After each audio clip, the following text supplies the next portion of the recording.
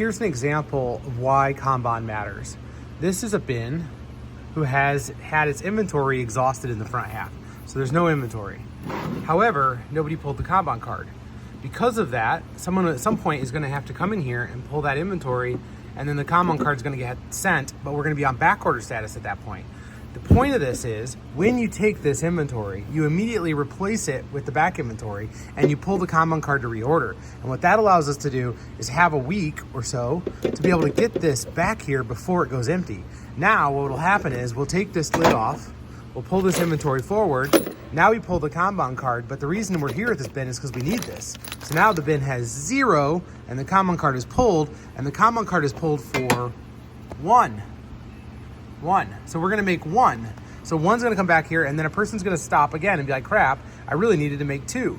So this is the importance of why Kanban matters, guys.